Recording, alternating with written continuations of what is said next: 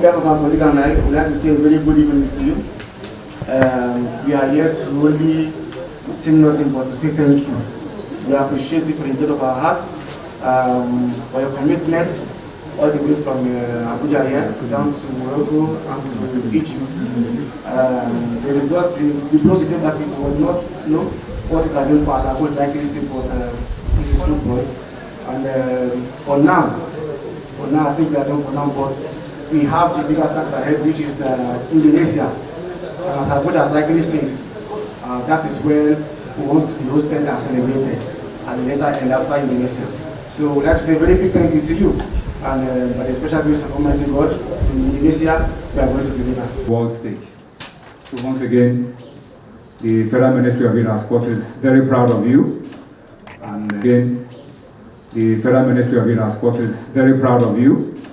And we have a plan for every match. But in the first place, things gone wrong somehow, somewhere. Most importantly, as I said earlier, after one of our matches in Egypt, that I have to apologize to Nigerians just in one aspect. And what was that aspect? I said it to Nigerians that no professional player will join us in the match venue or in the competition venue. They all have to come to Nigeria. But along the line, football is all about philosophy. Now, a player that is the Ahmed Abdullah, he was part of the team in Nigeria and he was an exceptional player then. And after submission of the 25-man list, he was not part of the list. They will still have room to change. 4 out of them were affected for the PCMA, that is a medical ground. And the team we took to WAFU, we missed about 7 of them because of accreditation. I think ordinarily, it's not every coach will be able to manage that situation and then go back, losing the first match, waking up, and of course picking the World Cup ticket. The condition given to me, or the target given to me, was to qualify the team for the World Cup. So whatever comes ahead of that was just like a bonus. And most importantly, we have achieved our aim, qualifying the team for the World Cup, and that meaning that we have left a generation for Nigeria to go ahead. And of course, we have left a generation, those players should go to the World Cup and sell themselves for better offers. And the more they get better offers, it means we're keeping a generation for the Super Eagles.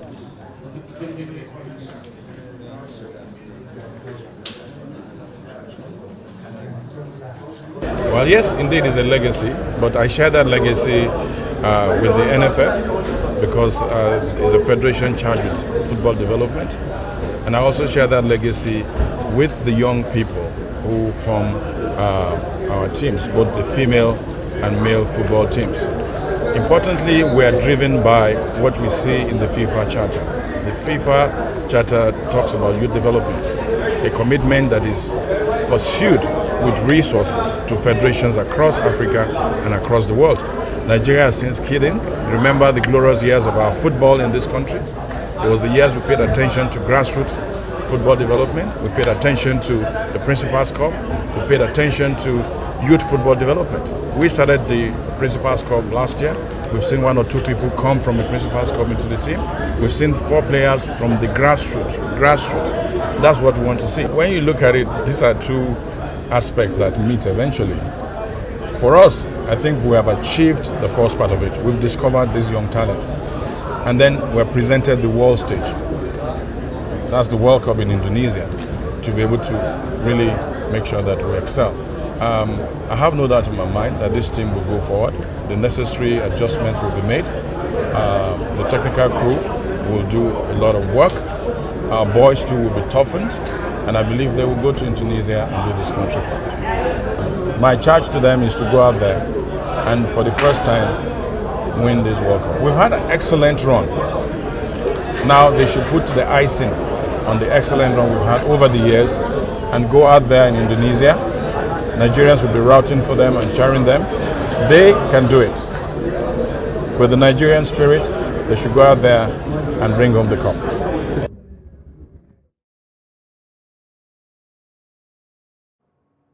Flying Eagles being received there in Abuja at the MK Abiola Stadium, where the Minister of Sports and Youth Development received them alongside NFF, where, well, they just came back from Egypt. They play at the AFCON Under-20. They came third and also qualify for the World Cup. Welcoming you on the show, 360 Sport on Trust TV, Adeni Aji-Shafe. And I have in the studio Olawale Peters. Good to have you. Yeah, good morning, Adeni. It's my pleasure being here. Okay, let's start from that particular story that has to do with the under-20 Flying Eagles of Nigeria. Right now, the Minister of Youth and Sport Development right now has called on NFF to prepare Flying Eagles for FIFA World Cup win. They want, according to him yesterday, while he was receiving them, he said NFF should do better by making sure the team gets to Indonesia, not just to be there, but to come back with that trophy, as we are yet to win it. Twice we've gone to the final and we came as runner-up, but this time around we want to win this particular competition, according to the Minister of Youth and Sport Development, Sunday Dare. Well, you just saw there the reception for the under-20 team. Yeah, I saw the reception and the speeches also, both from the minister and the coach also, and a very good one. And it's kind of motivating, but I think we still have to do more. Sunday Dare said something that I'm very happy about, that for the first time we are going back to the glorious days when the youth and the grassroots used to be the one to determine the future of the Super Eagles. The Flying Eagles are called feeder team of the Super Eagles. What do you mean by the feeder teams? They are the ones that feed the Super Eagles the future of the likes of Fatai Atere, Kanu Nwankwo, Sanjo Olise, Wilson Oruma. We have a lot of them in Nigeria, even in the world. We have the likes of Lionel Messi of today, Angel Di Maria, Erling Haaland. We have a lot of them that they came from this same particular competition. So that means if you get it right from this under-20 that is known as the feeder team, we'll get it right when it comes to the national football. Fantastic. We have 2 players from the principal corps that were represented in this competition, and we have 4 from the grassroots, making 6. That is what we've been saying. We want to hear this testimony that a son of nobody is becoming somebody. And that is what we are saying now. So it's a very good one. They should not bow down to pressure. Yes, we lost a lot of players due to the medical and age issues from the players that played at the WAFU. That is why we couldn't get the goals as we expected during the competition, except in the final that we won 4-0. I think this is a very good development. Then what do they need to do right now? We have to start the preparation early. Now we are going to Indonesia. That is in southeast of Asian country. Some of these players, young boys, they've never been outside of this country before. And from Lagos to Indonesia is 11,688 kilometers. That's about 21 hours flight, about 5 hours layover. So now we are expecting someone that have never been out of this country to go for a competition like this 2 or 3 days to the time. Most of them have not eaten Nigerian any other dishes apart from that. These are the factors that affect all these players. So what do we need now? We need early preparation. First, let's have the team list. Once we have the team list, let's look at any Asian country that these boys, they can camp, train, get acclimatized with their weather, with their food, because Nigeria, from all the competition we've attended, I've never seen a situation where Nigeria will go with their Nigerian dishes to feed the players there. We have to make use of these are the things that affect all these players. But what people normally look out for is their performances. They didn't do very well, they didn't play very well, but there are some things that look at other African countries. Even when they are playing the AFCON, the likes of Morocco and co, they came with their food, with their bed and everything to make them comfortable. So these are the things that we need to start putting in place before the competition. Our best performance at the FIFA World Cup has been runner-up, and that was in 1989 and 2005. So that means we have to beat our best. That is what Sunday Dare is trying to say, that we have to beat our best by doing what? By winning the trophy, because we have what it takes to win the trophy. But you shouldn't be expecting the result when you didn't do adequate planning and preparation for the boss. If we have the adequate planning and preparation, and we did not start dropping some of these boys, we allow them to blend, we give them the necessary experience, confidence, I think it is a way to go. Then also, I think the federal government, through the Minister of Sports and Youth, will try and do something different. If you watch the third place match at the AFCON that was playing in Egypt, you can count the Nigerian supporters that we have there. Even the pitch is practically empty. However, we have Nigerians that are residing in Egypt. So what the federal government needs to do through the Minister of Sports and Youth is to make the ticket available to Nigerians in Indonesia to come and share the boys up free of charge at the cost of the Nigerian government. We have embassy in Indonesia. Of course, and we have a lot of traders there. We have a lot of them there. What they need to do is to make the ticket available free through the embassy. Tell them that, oh, Nigerians are coming to Indonesia, because a lot of people, a lot of supporters will not be able to go from Nigeria due to the distance and the cost involved. But we have Nigerians in there. The embassy, the Nigerian community, we make the ticket available. Let the boys see their own people also. It is part of what motivates the boys to perform very, very, very well. I think all this, if you put it in place, the first position target given to them will be achieved, because they can't give someone a target without giving him or her the tools to achieve that target and be expecting the result. We've been talking concerning the Flying Eagles there. Well, looking at the fact that they came third at the under-20 AFCON that took place in Egypt. And right now, a lot of people are saying, well, we need to plan ahead of this World Cup that will be coming up May, June. And right now, they need to get acclimatized with the weather of Asia. Then allow Nigerians abroad to support them. Those living around Indonesia and also Indonesia to support them, share them to victory while we put everything in place ahead of the World Cup. Well, Madam Boso and the technical crew have been charged right now to do well at this particular competition. And we hope that it will respond with the way it needs to be responding, right? Well, for the under-20 team right now, maybe some of them will go and some will actually come in, because he was asked that question. What about the news going around that about 15 of your players will be dropped? He said, well, we'll see what to do when the time is right. We'll get some better players to actually fill in the gap for those players who couldn't make it right in the under-20 team. Giving you updates concerning the reception given to the under-20 team there, the Flying Eagles, yesterday at the MK Abiola Stadium in Abuja. Now, let's talk about some games that were played in Europe. For Monday, 2 matches were played, talking about Girona versus Atletico Madrid. They won that game, talking of Atletico Madrid, won 1-0. Koslov Morata, who scored for them. And you have AC Milan sharing the spoil against Salernitana, 1-1 there. Olivier Giroud and also Dier scoring for Salernitana, making it 1-1. And right now, Atletico Madrid seems to have at least, they got that 3 points at stake. Yeah, they got the 3 points at almost the end of the match. And when you have a player tough one for them. Very tough one for them. And the goal didn't come until like 2 minutes after the regular time of 90 minutes. So when you have a striker like Morata on the pitch, it's not over until it is over. And it's also a point, the 3 point that Atletico Madrid need to consolidate their position in the third place of the La Liga table, because if it's either we like it or not, Barcelona, I think they are running away with the La Liga title, take it or leave it. They're running away with it. So the fight now is between the second, third, and fourth position. So a win yesterday, it's something that Atletico Madrid really need, and that took them to the third position behind Real Madrid. Then for AC Milan and Salernitana also, and I think it's something that AC Milan really need, because if you look at the Serie A also, it's becoming more interesting. Apart from the Napoli, who at the same time have run away with the title Scudetto, and because of the gap about over 15 points between them and the second place. If you look at the second place, third place, fourth and fifth, I'm talking about Lazio, I'm talking about Inter Milan, Lazio, AC Milan. Look at the competition is very high. Look at the point difference.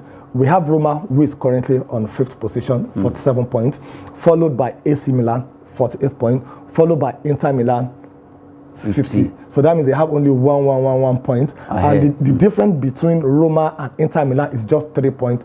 That is a match. Imagine if yesterday, AC Milan, they lost their match.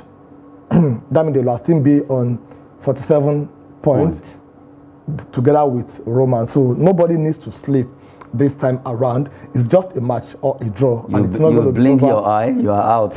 Once you blink your eye, not that you're only out, 7 goals will enter, just the way 7 goals enter between Liverpool and Manchester United. When will Manchester United get over this particular 7? Because I don't want to mention the name of the drink now. 7-up. Seriously. Okay. So because really, Man United right now, that particular draw being trashing or whatever you want to call it. Although, if you check the record too, they've also done that to so many clubs. Well, it's not about what you've done to others, it's what they did to you. Oh my goodness. And it will take a long time, sincerely, for Manchester United to come over this, because this is something that happened to them last in 1932. So over very long time, and it happens to them, when they are on top of their game. They are doing very well before this happens to them. And it seemed that even defeated Liverpool has not been the best.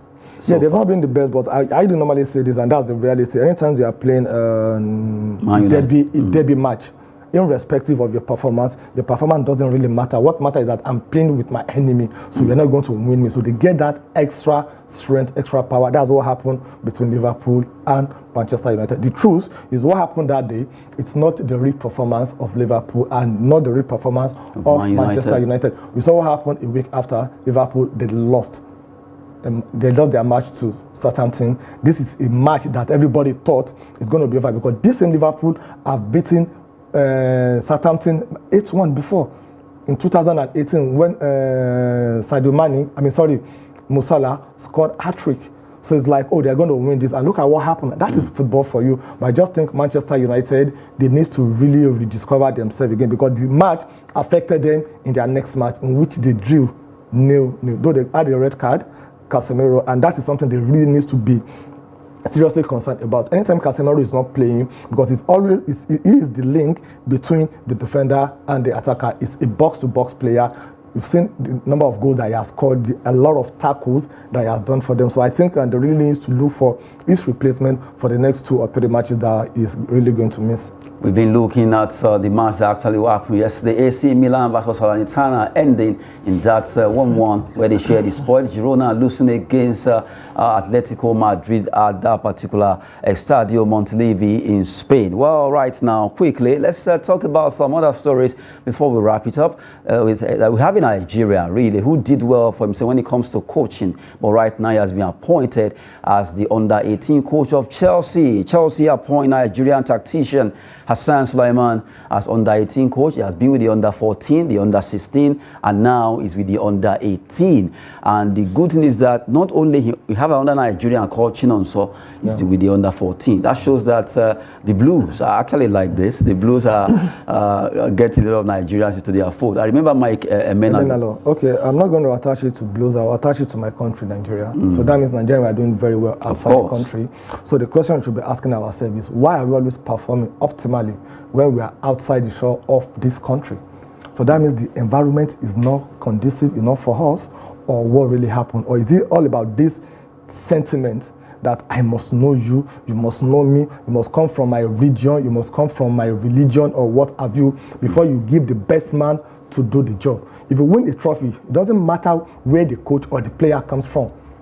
The trophy is meant for Nigerians, and all Nigerians are expected to celebrate that. Until we remove that in this country, sincerely, will always be drawing back.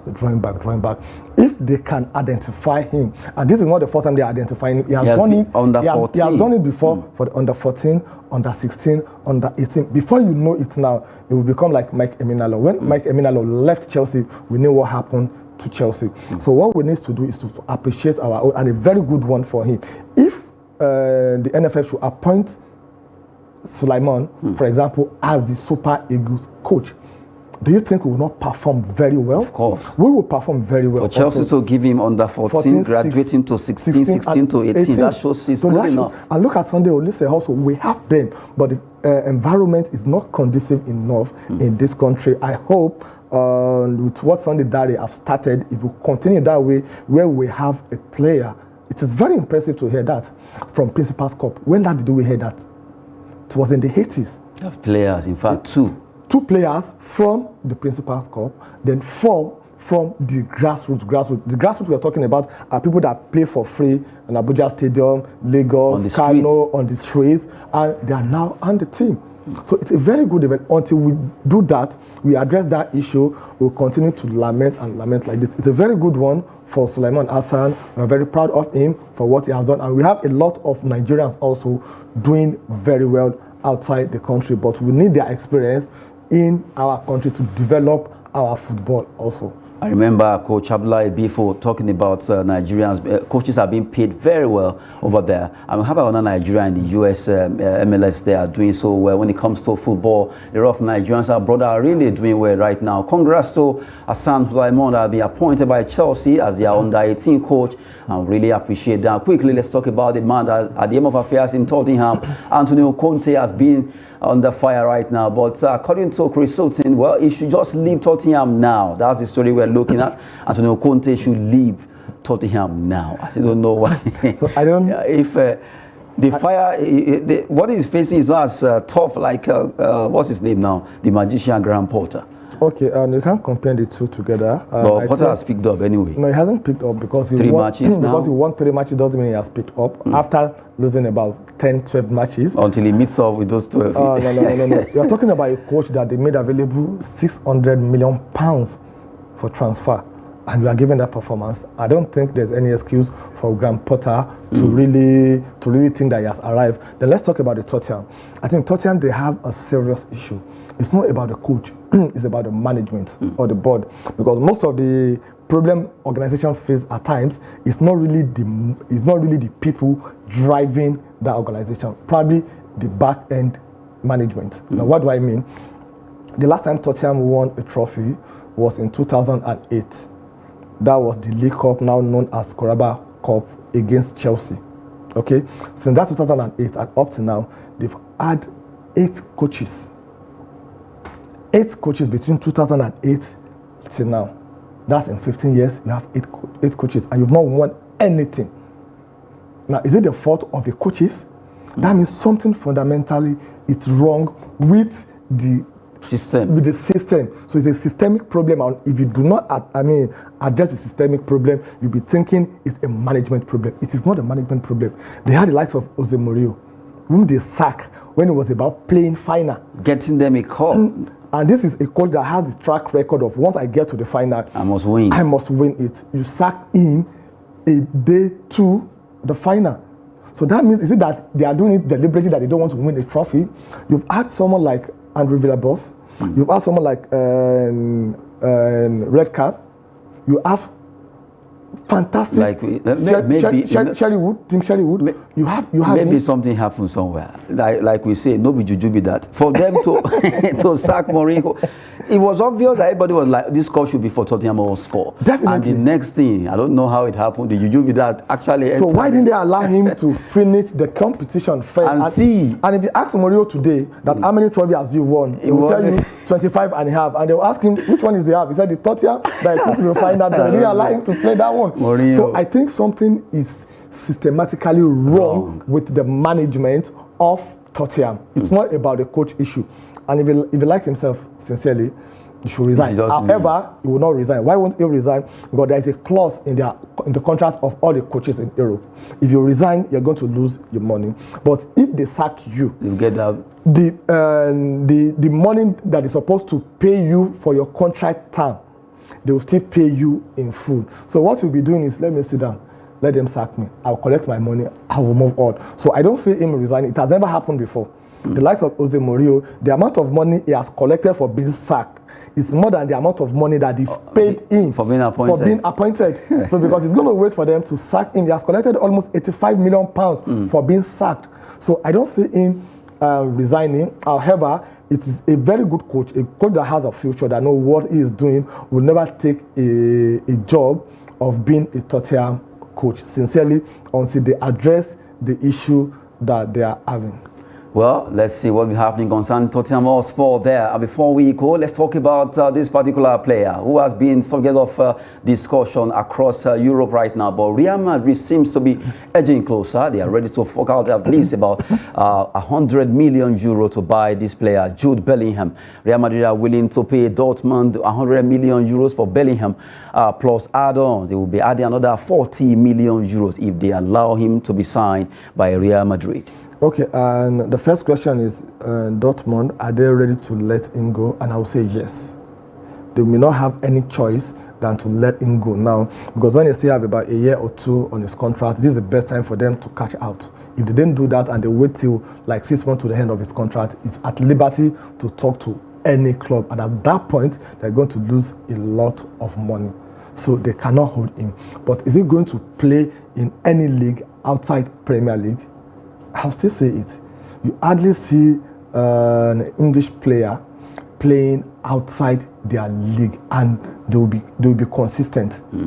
Apart from Beckham, apart from Owen, all these other players, they'll just get unnecessary hype.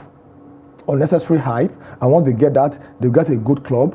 Maybe look at Jack Grealish, for example. Look at Walcott, for example. Look at Raheem Sterling, for example. I can name more than 10 or 15 of them. What have they done? They've done nothing. So as far as I'm concerned, I think the best for Jude Bellingham to do is to go to either Liverpool or Manchester United. They are already on his case. That is where he can get whatever he's looking for. But going to Real Madrid, I don't think it will be the best option for him. I remember Jonathan Woodgate, so it never ended well. But right now, well, maybe they should be looking at Victor Osimhen. That player seems to be having it right now. Well, Jude Bellingham, English hype and all that. Let's see what will be happening concerning his contract. Will he be going to Real Madrid or Manchester City or United? Even Liverpool. That will be it on 360 Sport on Trust TV. I've been with Olawale Peters. Thank you very much. Thank you so much, Adeni. It's my pleasure being here. I'm Adeni Ajishafe. Sport is business and fitness. Thanks for watching.